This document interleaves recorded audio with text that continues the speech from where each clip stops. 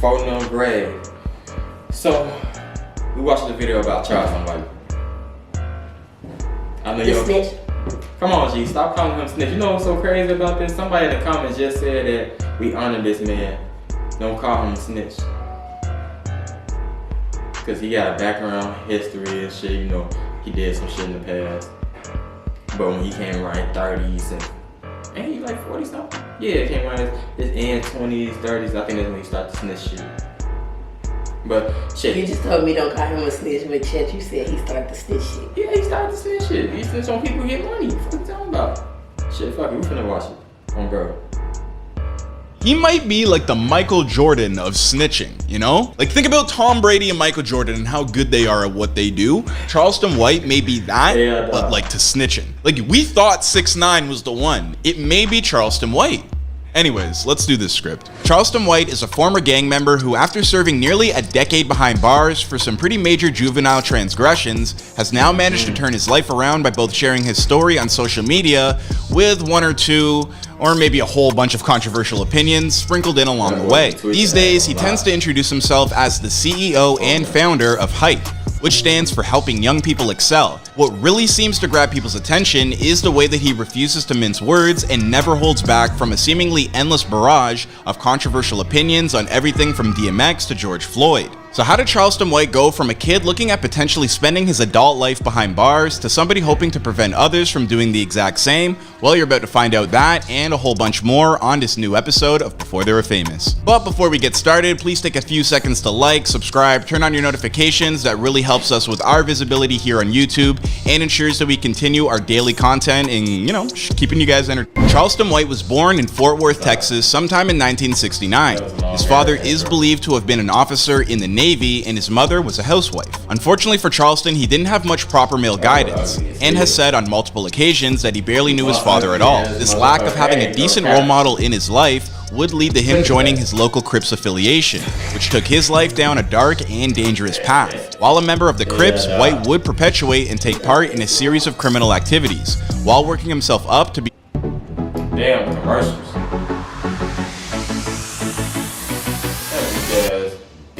becoming a gang leader, including everything from robbery to assault. As a youngster, he also believed that any crime he could potentially perpetuate against white people was fair game, considering the oppression African Americans had to suffer through in the past. Ban him! Don't let him speak again! That talking about hurt Massa. That talking about hurt Miss Lily. He talking about taking Miss Lily pussy. But one particular incident that took place when White was only 14 years old would change his trajectory forever. At this point in his still young life, when White had run away from home, he was spending nights holed up at one of his associates' parents' house. In order to get by, he and his boys would spend their day stealing anything they could get away with, which leads us to what happened at a local Foot Locker. Always seems to happen at a Foot Locker. While in the process of trying to get away from the store with an athletic jacket, a white man stepped up to stop White and his friends. Out of a Foot Locker, 3 of us went in, we ran out with the starter jackets.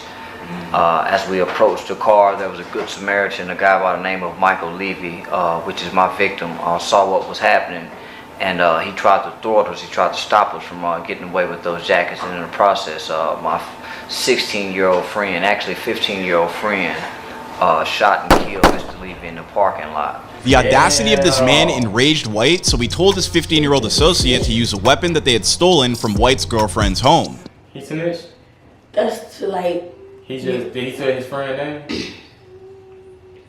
I thought he just said Michael, the dude that they killed. What he did is say he was the victim. Yeah. But he dead now. I understand. No offense, no funny shit, but you know he dead. I understand that, but like, nobody knew that story until you just told that story. Yeah, he just broke that whole story down to the world. Real smooth. That wasn't. No. He broke that shit down smooth. He got straight to the point. Yeah, we were trying to steal some, starter jacket, varsity jackets out of Foot Locker, and yeah, Michael, he was right there hitting the cut, so he seen us stealing. So my 16-year-old homie, my bad, he really was 15. My 15-year-old homie, he shot his ass 3 times. Bah, bah, bah. And he died. Press play.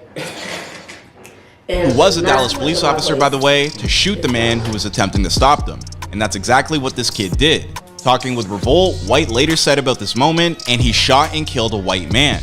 I laughed like a mother with an underdeveloped brain. While White himself may have not been the trigger man, he would soon come to realize that for all intents and purposes, he was as guilty of murder as his friend who actually did it. After committing this heartless crime, White and his friends became the first juveniles in their county to be sentenced for murder under what was known as the Texas Determining Sentence Law. Because he was only 14 years old at the time, White was then sent to a Texas Youth Council lockup at the Giddings State School, where he spent the next 4 years not particularly behaving like he had learned his lesson.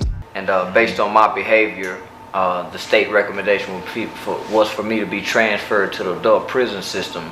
I was caught up into gang activities. The state had a very strong recommendation for me to be transferred to the Texas Department of Corrections. Come the time of his 18th birthday, White was due to be moved to an adult facility, something that he feels to this day his actions had warranted.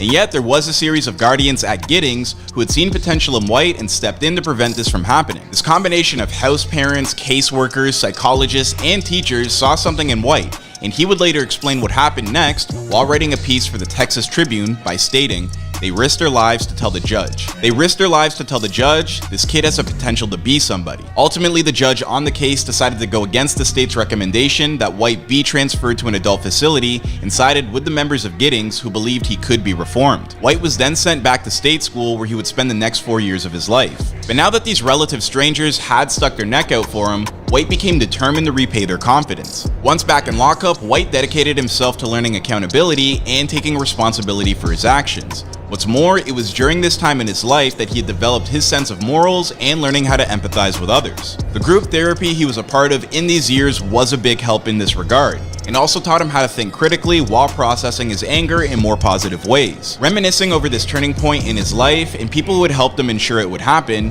White would write, "I've always heard juvenile justice advocates and officials say, if I can just reach one kid, then I've done my job. I was that one kid. Job well done." After serving 7 years in total, White was finally released at the age of 21. It was then that he realized yet another important lesson. Most of his friends and associates from his life were now in the adult prison system, many of whom were serving 20 years or more, including his friend who had pulled the trigger 7 years earlier, who is now serving a 75-year sentence for the crime. And while White's own mental development wasn't yet where it should be in terms of his age, he knew enough to understand that he was lucky he wasn't one of them. So upon his release from prison, White became determined to turn himself around and become a pillar in his community. He hasn't been back to prison since, but there would be one more close call in his life. After getting released, White became emboldened by his environment once again and began trafficking drugs. He was eventually caught in Oklahoma while trying to move 10 pounds of marijuana, and once more faced a turning point. He fought back against the charge and wound up with a mistrial. White was then offered a choice: serve 6 months in prison boot camp or 5 years of deferred probation. White chose the latter. Today I'm here at Berry Avenue at the Kroger to become a Kroger delivery driver. I'm playing Kroger Crazy Delivery. And became set on turning his life around for a second time. So he decided to head back to school and become a pre-law student at Texas Wesleyan University in his hometown of Fort Worth, where he worked towards earning a bachelor's degree in criminal justice. Then in 2012, he founded the Hype Outreach Program to give back to his community and share his story to inspire the younger generation and ensure that they didn't make the same kind of mistakes that he did. So in the process of me trying to find something to do community service, I discovered my purpose in life. And that's working with kids, sharing my life story, sharing my pasthood experience, my childhood experiences, in hopes of making a difference in young people's life. He also began volunteering his time at the Texas Juvenile Department as well, in honor of the people who helped turn his life around. More recently, however, White has become something of a social media mainstay. Recognizing that with advances in technology, he now had the opportunity to affect people outside of his Texas community. White created his YouTube channel, The Real Charleston White, in April of 2020. But his emergence as a social media influencer has not been without controversy. In fact, White has come under fire multiple times in the past few years, especially in regards to comments he shared about the deaths of individuals like George Floyd and DMX, both of whom he suggested played a large part in their own demise. And if you land on me like that, homie, I got a will to live. I ain't finna lay there peacefully and let you just peacefully kill me. I'm gonna flop. I'm gonna kick. I'm gonna spit. I wanna live, homie. I saw a man that didn't have the will to live when I saw George Floyd die. He's also a strong believer that hip-hop and rap are degrading African-American culture, while more or less being given a free pass to do so. Yeah, I hate rappers. Yeah, I keep trying. Last time I tried to clean up, yeah, I hate them up. You're gonna say, yeah. Because they don't talk about God enough. Well, no, they go kill 50 and ain't go kill now.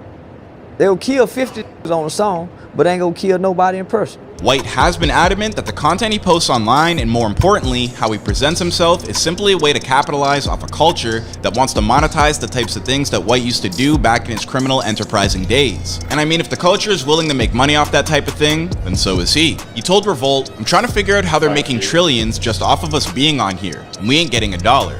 All these platforms monetizing, so I came to monetize." With that being said, White doesn't want to conflate his online personality with that of the life-changing work he attempts in his community with his youth program. Go look in the mirror, because that's where it started. Charity starts in the home. It don't start in your community. It don't start in the black community. But whether or not people will gravitate towards the more sensational material he regularly posts online over, say, all the work he does on the streets remains to be seen. Although in all honesty, with as often as White pops up on social media to discuss his many controversial statements, I don't know, I'm kind of betting on sensationalism will win this one. I mean, when does it not? As for where Charleston White and his crusade goes next, well, that'll be a story for another time and another place. After all, this is before they were famous. Thank you everybody for watching. Please remember to take a second to like, subscribe. So how you feel about his background story? It makes sense on why he acted how he acted.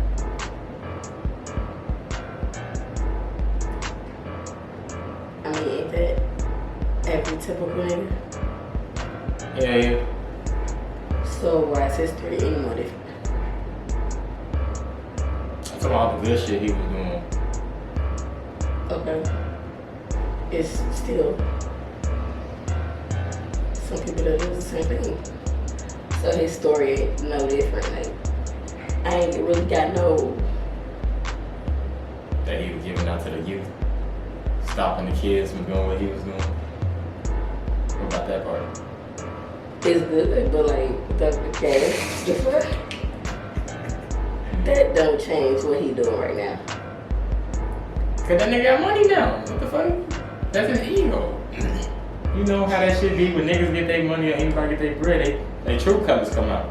That's the true him. Shit. Exactly, but I'm saying like, okay, the way I feel towards him, it still ain't changed just by watching this little ass shit that he done did with these people. Okay, they're the same people that he said he hate done did before too. So. Yeah. But shit. Still a snitch. Yeah. See, they ain't talking about none of his snitch shit on him. He have a lot of snitch shit. Yeah, we know. And they said something about biography of fucking Soulja Boy, rival.